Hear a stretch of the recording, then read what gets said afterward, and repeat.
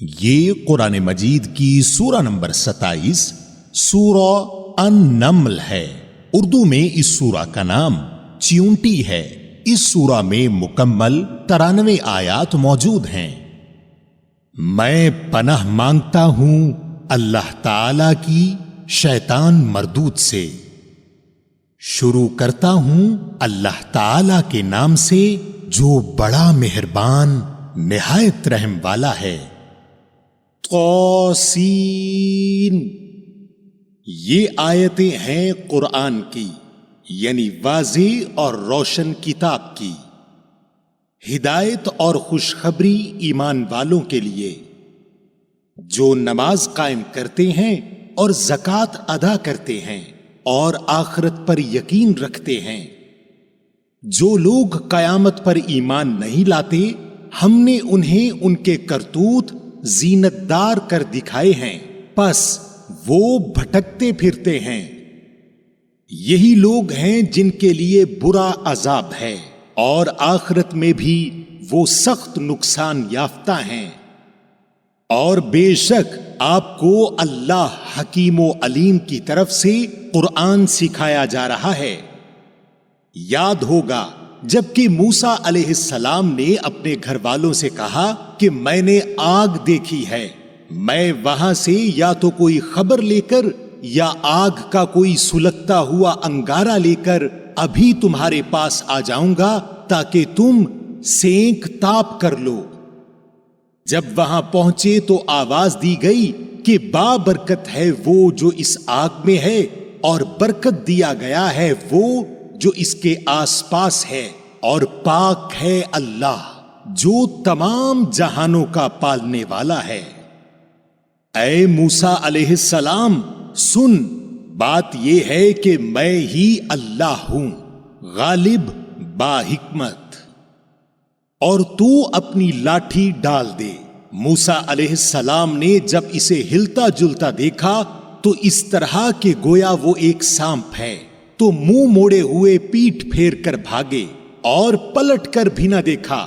اے موسیٰ علیہ السلام، خوف نہ کھا، میرے حضور میں پیغمبر ڈرا نہیں کرتے، لیکن جو لوگ ظلم کریں پھر اس کے عوض نیکی کریں اس برائی کے پیچھے، تو میں بھی بخشنے والا مہربان ہوں۔ اور اپنا ہاتھ اپنے گریبان میں ڈال، وہ سفید چمکیلا ہو کر نکلے گا بغیر کسی عیب کے۔ تو 9 نشانیاں لے کر فرعون اور اس کی قوم کی طرف جا، یقیناً وہ بدکاروں کا گروہ ہے۔ پس جب ان کے پاس ہمارے آنکھیں کھول دینے والے معجزے پہنچے تو وہ کہنے لگے یہ تو صریح جادو ہے، اور انہوں نے صرف ظلم اور تکبر کی بنا پر انکار کر دیا، حالانکہ ان کے دل یقین کر چکے تھے۔ پس دیکھ لیجئے کہ ان فتنہ پرداز لوگوں کا انجام کیسا کچھ ہوا۔ اور ہم نے یقیناً داؤد اور سلیمان علیہ السلام کو علم دے رکھا تھا، اور دونوں نے کہا تعریف اس اللہ کے لیے جس نے ہمیں اپنے بہت سے ایماندار بندوں پر فضیلت عطا فرمائی ہے۔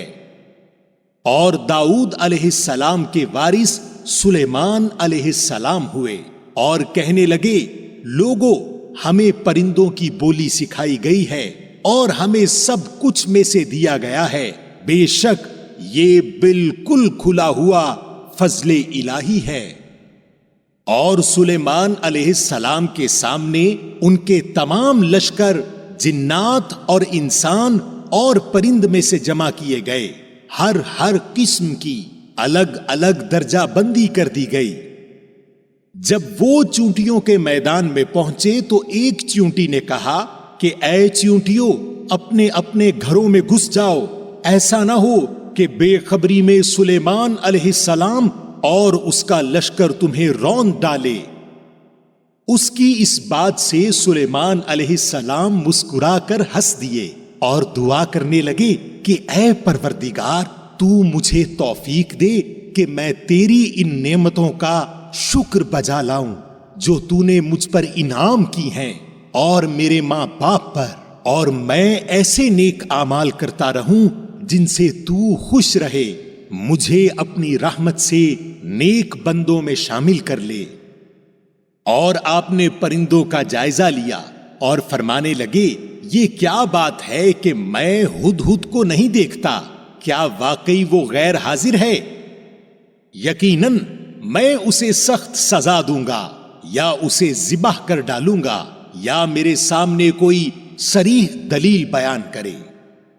کچھ زیادہ دیر نہ گزری تھی کہ آ کر اس نے کہا، میں ایک ایسی چیز کی خبر لایا ہوں کہ تجھے اس کی خبر ہی نہیں، میں سبا کی ایک سچی خبر تیرے پاس لایا ہوں۔ میں نے دیکھا کہ ان کی بادشاہت ایک عورت کر رہی ہے جسے ہر قسم کی چیز سے کچھ نہ کچھ دیا گیا ہے، اور اس کا تخت بھی بڑی عظمت والا ہے۔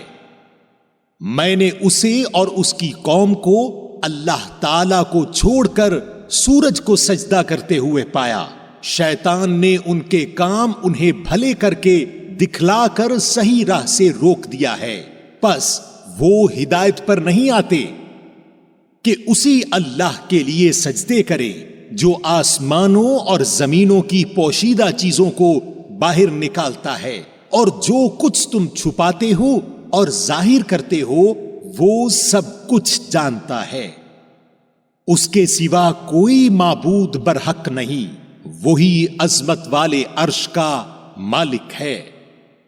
سلیمان علیہ السلام نے کہا، اب ہم دیکھیں گے کہ تو نے سچ کہا ہے یا تو جھوٹا ہے۔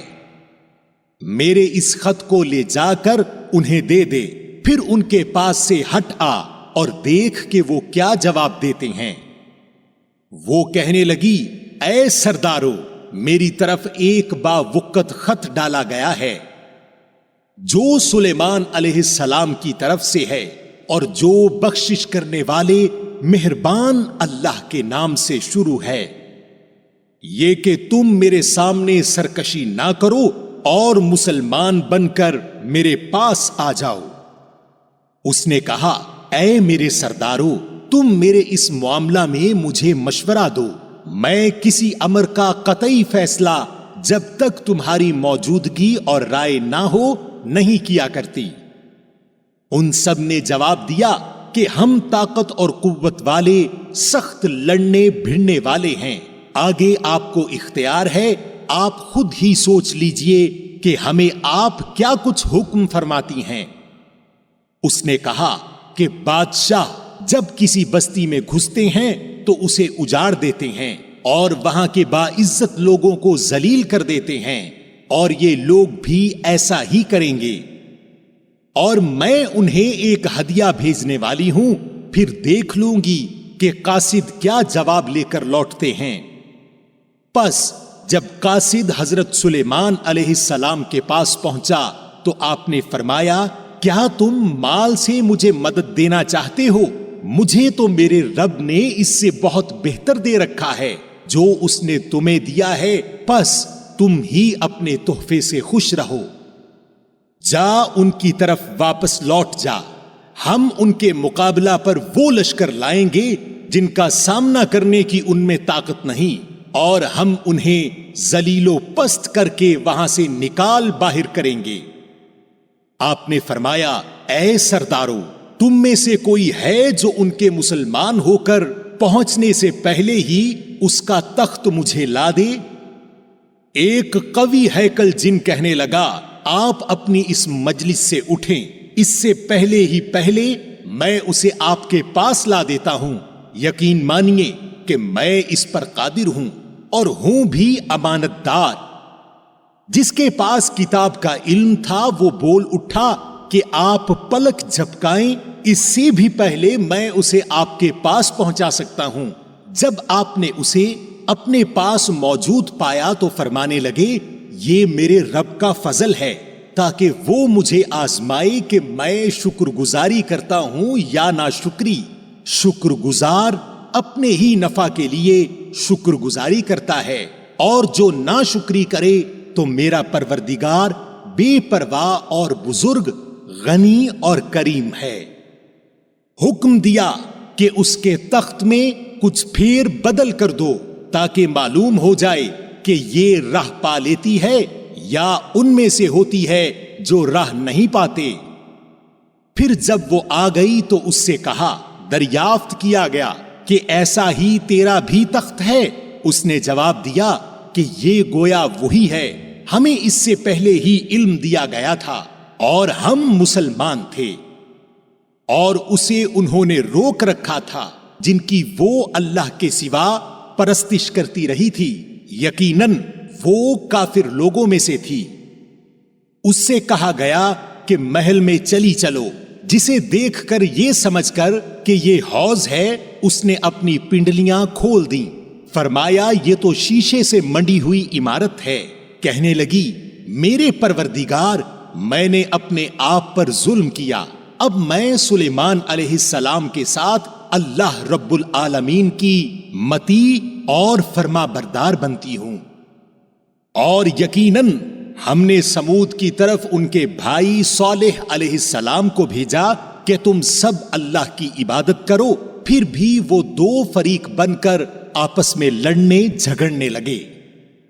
آپ نے فرمایا، اے میری قوم کے لوگوں، تم نیکی سے پہلے برائی کی جلدی کیوں مچا رہے ہو؟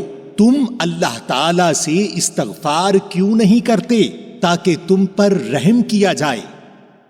وہ کہنے لگے، ہم تو تیری اور تیرے ساتھیوں کی بدشگونی لے رہے ہیں۔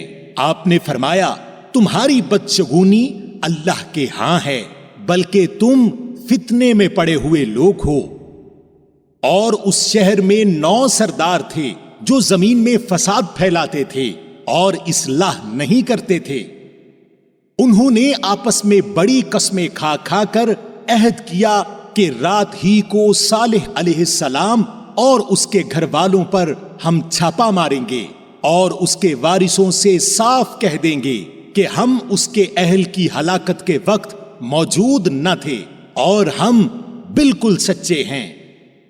اور انہوں نے مکر خفیہ تدبیر کی اور ہم نے بھی ایک تدبیر کی اور وہ اسے سمجھتے ہی نہ تھے۔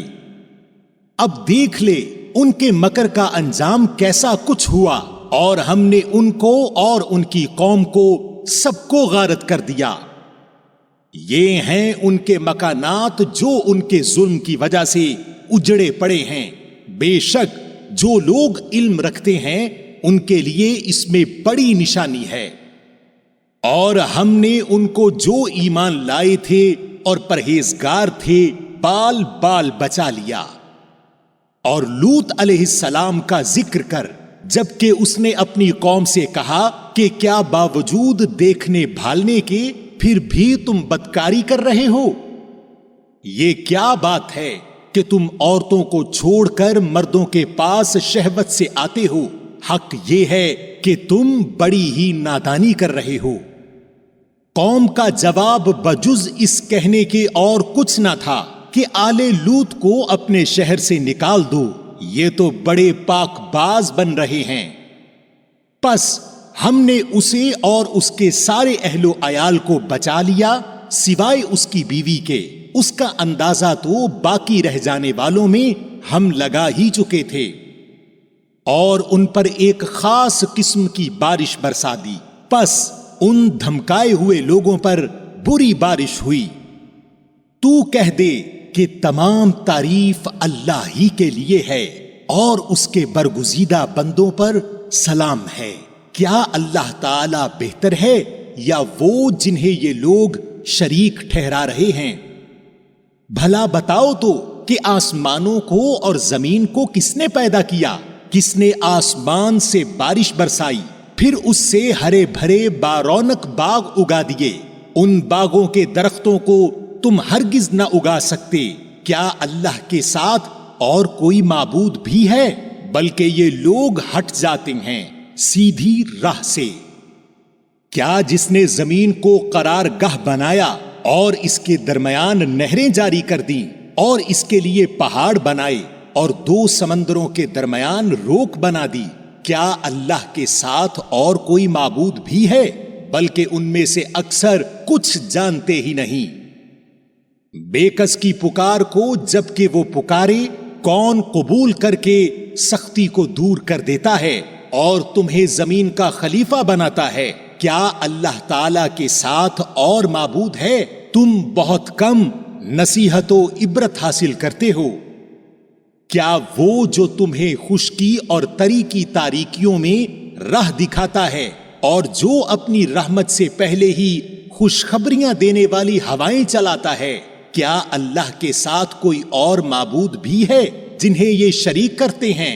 اس سب سے اللہ بلند و بالا تر ہے۔